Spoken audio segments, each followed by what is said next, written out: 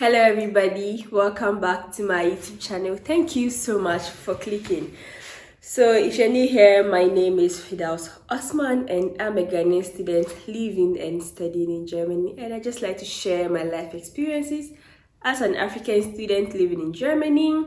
I also give study tips on how to apply to schools here in Germany. So let's get right into today's video. So in today's video, I'm going to share my experience with you moving from Ghana to Germany as an African female, as a student, as a whatever. So yeah, so I think that was in 2019, 2018. It was a spontaneous decision for me to come study in Germany. To be honest with you guys, I've never had plans of staying abroad. I've never even dreamt of leaving Ghana, like stepping my foot even out of Ghana to a neighboring country, let's say Ghana or Togo or Nigeria. I've never ever dreamt of that. But things happen, life happens, okay? And I just woke up one day and I'm like, I want to have my master's. I want to go for my master's. I want to travel outside Ghana to experience new things. Do you understand, guys? So this decision of mine didn't just come abruptly. It was premeditated, okay? So my bachelor program, I studied metallurgical engineering, and metallurgical engineering is about mining, okay? So like mineral extraction, mineral processing. So all of my internships, all of my national service, I had it in the mining company. So all my work experience has been with the mining company. So after my national service, I was hoping I would work in the mines, but unfortunately, you know how the unemployment system is in Ghana is so high. A lot of graduates don't even get what they want to do. So my dream didn't come true. I really wanted to work in the mine, but I didn't get the opportunity to actually work in the mine. But fortunately for me, after my national service, I got a job. I worked as a sales engineer, which was my uncle's company, so it was easier for me to get that job. Do you understand? I really appreciate that man. He really did well for me. Like, I really appreciate him. He's like one of my mentors, okay? I look up to him. Yeah. So he employed me in his company as a sales engineer, but I didn't really enjoy that job. I feel like I wasn't giving in my best.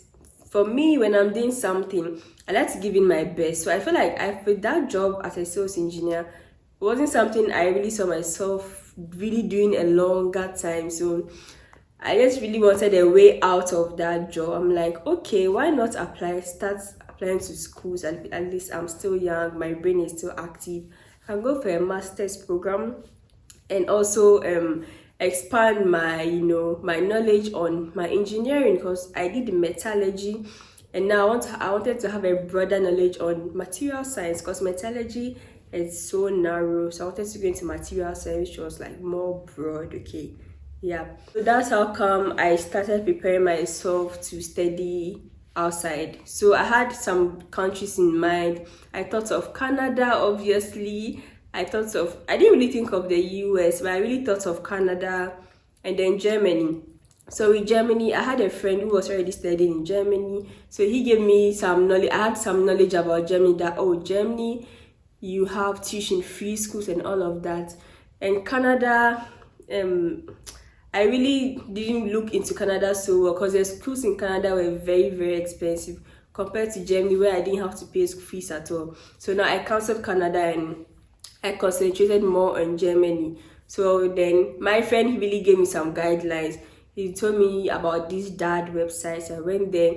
So this looking for schools, it's a job on its own. It's work. Like, you need to sacrifice. So when people come to me and they're like, I should give them a list of schools to apply to, I'm like, I can't. Like, I don't even know most of the schools in Germany, and I always direct them to these DAD websites. But some people, I don't know why, they want you to do everything for them, which obviously you have to do it yourself, okay? So I got this website, and whenever I go to work, then I was still working as a sales engineer. So whenever I go to work, in my free time, I sit down, I look through the schools, I look through the programs, which program will best fit me. Then anytime I see a school I know I'm interested in, I write the name. I had a diary, okay? So I write the name of the school down so I don't forget when I'm searching for schools. I don't forget and go back again. So after all my research, I had a list of schools I wanted to apply to. So now, I was looking for tuition-free schools, okay? 2, I was looking for schools that would not ask me to write TOEFL or IELTS. I don't want that stress. So my aim was looking for those kind of schools. So fortunately, I got 3 schools. I got University of Kiel, which I'm in right now, Christian Albrecht University of Kiel, University of Bremen, and then Freiburg University. So with these 3 schools, those were my targeted schools, okay? So I applied to University of Kiel, University of Bremen, and just when I was going to apply, so I was going to send my application to University of Freiburg. Then I got an email from University of Kiel that I've gained admission. Then I didn't even waste my time to go ahead applying to Freiburg again because I've already had admission in University of Kiel. And later on, I also got admission in the University of Bremen. With University of Bremen, I applied to Material Science and Mineralogy, but with University of Kiel, I applied to Material Science and Engineering. So I don't know, but I just went for University of Kiel, which is Material Science and Engineering. So that's how I got my admission and all of that. And I'm saying it as if it was so easy. It wasn't so easy during the application process. I mean, you have to put down your letter of purpose, your motivation letter. Your motivation letter should include why you want to study in Germany, why you want to do that particular program, your future goals, how is the program going to impact you, give a little brief background about yourself. Your motivation letter, the person reading your motivation letter should be able to connect to you. Do you understand what I'm talking about? So yeah, the application process itself wasn't easy. Trying to get my transcript from the university, my bachelor's certificate, I already had it. Trying to get English proficiency and all of that. Fortunately for me, my friend was a TA in that school at that time. Thank you so much, Ifia. So she was doing her TA in that school at that time. So she helped me get all my documents because I couldn't. Then I went to Kwame Nkrumah University of Science and Technology, which was in Kumasi, and I lived in Accra. And that's like 5-hour drive from where I was in my city. So obviously I couldn't just be going. I could go, but it's going to be stressful. So I just called in my friend and she did all of that for me. She took my transcript, my English proficiency and everything, my recommendation letters and all of that. She took them for me. But with the recommendation letters, I had to contact my lecturers first. I had to even pay for it. Like, I don't know why, but yeah, I paid for my recommendation letters and applied for them. And I got all my documents set to apply to the schools, and lo and behold, thank God, I got my I got admission, and I'm here now. And then fast forward to the visa process with Ghana. Fortunately for Ghana, we have available dates on the visa website. So if you're a first class student, you go to the category A. That one, I think the appointment is very easy. If you're a second class students, you go to category B. So if you're on scholarship and you have first class, you're in category A, and if you have second class upper, you're in the category B, and you also get a date for that. So as soon as I got my admission letter, I booked a visa. I booked an appointment for my visa ASAP. I didn't even waste time. So I started preparing towards my visa interview. I went to Google. I went to check for questions online. Possible questions they could ask in your visa interview. All those things are on Google, guys. Just go to Google, check, research, you get all of them. And lo and behold, my visa interview was smooth, and I had to present in my block account. Now, getting the block account during my time, that was in 2019, it was 8,600 euros or so. I think so, yeah, around 8,000 euros. It wasn't 10,000 euros at that time. But I'm not from a rich family, so it wasn't really easy getting that money. But thanks for everybody who helped, my family and very important people in my life. I got that money and now I'm here, mashallah. It's been a journey, guys. So yeah, fast forward and I start preparing to come to Germany. I wasn't, to be honest with you guys, I think I wasn't happy I was coming to Germany, because I don't know, but it was mixed feelings for me. Okay, on the other side, I'm excited that I'm going to a different country, but on the other side, I know this time around I'm traveling for a long time. Probably I might come home after a year or after 2 years, and this is my second year and I still haven't gone home. That's another story for another time. It's just that I've not really gotten time to go home. Okay, so many things, I have so many things doing here. So yeah, I started preparing for my traveling. I went to buy my tickets. So I bought my tickets 1 month earlier, I think 3 weeks earlier before my travel date. So my ticket was around $500 or so with Brazils. I went with Brazils, yeah. So I prepared all my stuff. I got some food stuff, dried food stuff. So I had 2 suitcases. One suitcase was for food. One was for clothes. I went to Makola. If you're from Ghana, you know Makola. It's a place where you can do thrift shopping. I went to get all my jackets. I got a boot. You can get all these things in your country. Just get the second-hand ones. They are really quite affordable. Because if you come in here, you don't want to start spending your money as soon as you get in here. So try to get all those your winter jackets and everything back in your country. So I did that and blah blah blah. Yeah, and I had to also do yellow fever vaccination, which I also did last minute. Getting to my traveling date, everything was in a rush for me, because I don't know, I'm a lazy person. I didn't do most of the things, so I had to quickly do my yellow fever vaccination and all of that. So now the D-Day, when I was leaving home, guys, that was the most emotional day of my life. That was the most emotional. It was so sad. Like I don't know, I think I cried till I got to Belgium, because I transited at Belgium. Because my parents were taking me to the hospital, and I said hospital, sorry, to the airport. So at that time, my dad was sick and he couldn't go to the airport with me. I was very sad, like, guys, it's very emotional. I think I'll put some pictures on the screen for you guys. I was crying at the airport. My mom was crying. Two of my friends came. My siblings were there. Family friend, like it was very, very emotional for me, guys. And I can't really wait to go back home. But I want to come back to Germany when I go.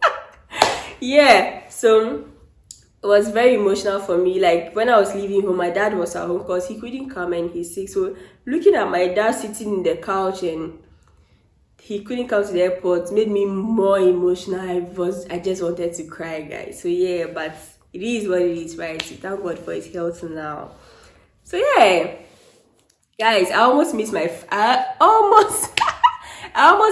flight too. Like I was the last person to enter the plane, and when I got to the gate, the air hostess was trying to be rude to me. Like I told her, like I was that day I was emotional, I was angry. I just gave her my peace of mind that I'm not in the mood. Since the flight has not taken off, I can still enter. She clear off my path. Like I know I told her something really, I was really rude to her because she was trying to be rude to me. You know how Ghanaians are. I think it was a Ghanaian, I don't know if she was an air hostess or she was just working at the airport or whatever, but I cleared her. Like I just gave her my mind. I just told her my mind, and I went into the airport. I went into the plane, and yeah, that's how it started. That was my first international flight. I've taken a flight before, but it's a local flight again.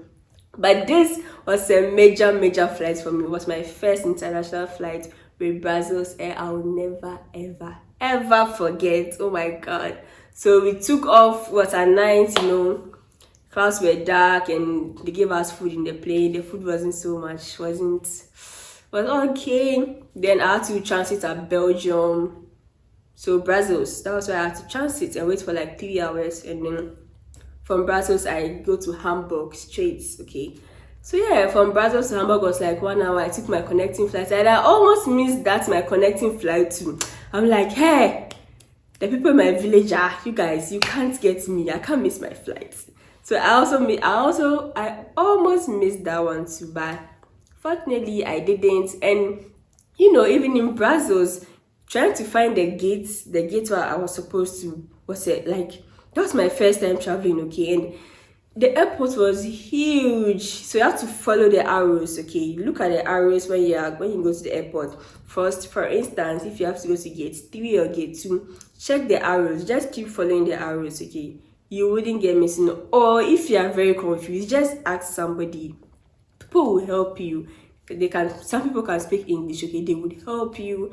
And yeah, that's how come from Brussels to Hamburg, I landed in Hamburg. I was in Germany, guys.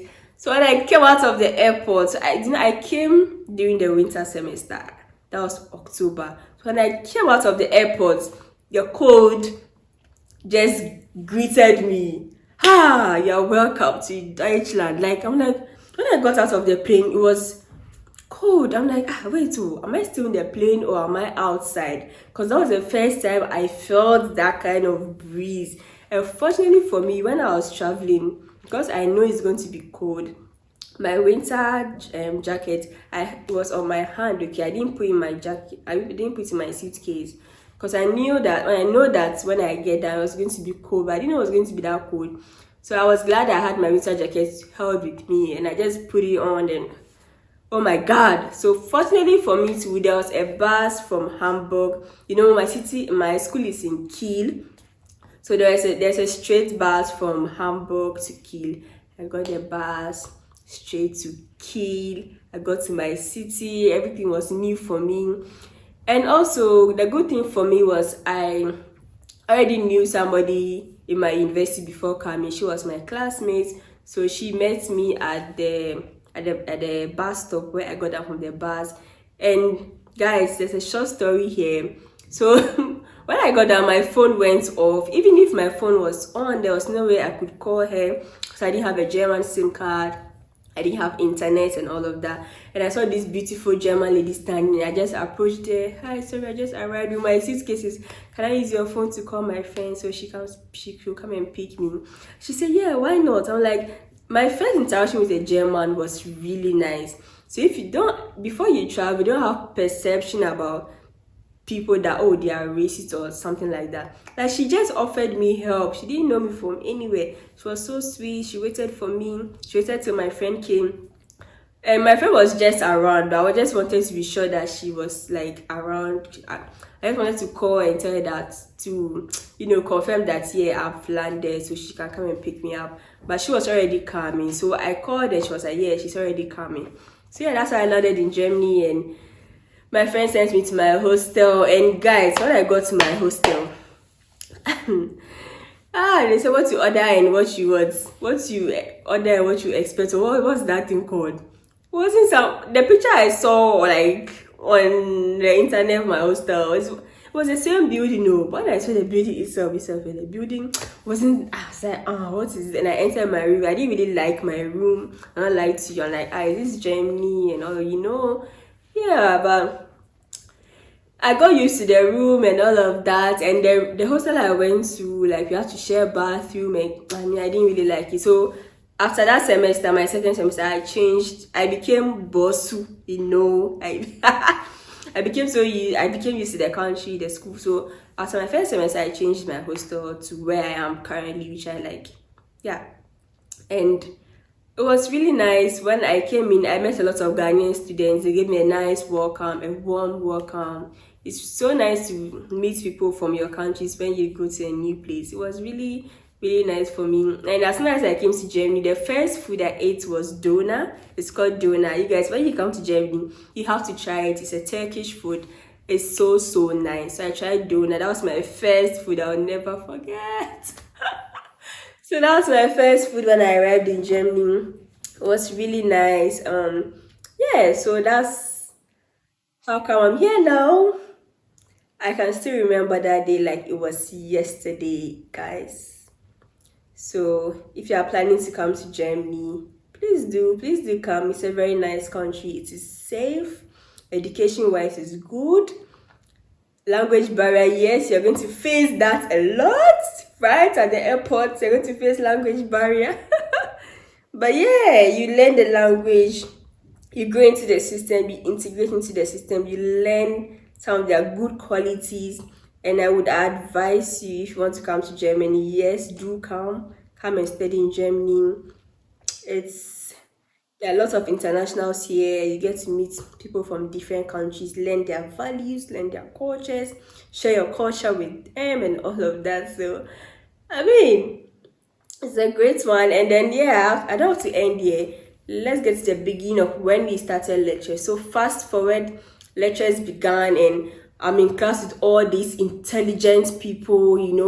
I felt kind of, I don't know, less intelligent. I'm not a very smart person, but I'm not dumb. I'm also like, I can say I'm intelligent. But, and our first day in class, everybody introduced themselves with their backgrounds. I'm like, wow, someone from Hong Kong, Indians were a lot, obviously, Indians are a lot. Different Morocco, Egypt, Ghana, Nigeria, Brazil, Germans, of course, were also there in my class. And lecture started, a lecturer will ask a question, and these Germans are answering, these Indians are answering the questions. I'm like, hey, Firdaus, can you compete with these people? But it's not a matter of competition, it's a matter of you excelling through your study program. So, I met a lot of shocks in the lectures, in the way of the examinations, and all of that. But I have, how will I say it? I'm now accustomed to it. I'm now used to the system here of study. But at first, it was very difficult for me trying to assimilate everything. But now, I would say I'm okay. I'm in my second year now, so I'm good. I'm good. So yeah, I think I'm going to end my video here. I believe this video is going to be so long, but yeah, you guys, thank you so much. I really, really appreciate you guys. Yeah, and see you again in another video. Bye bye.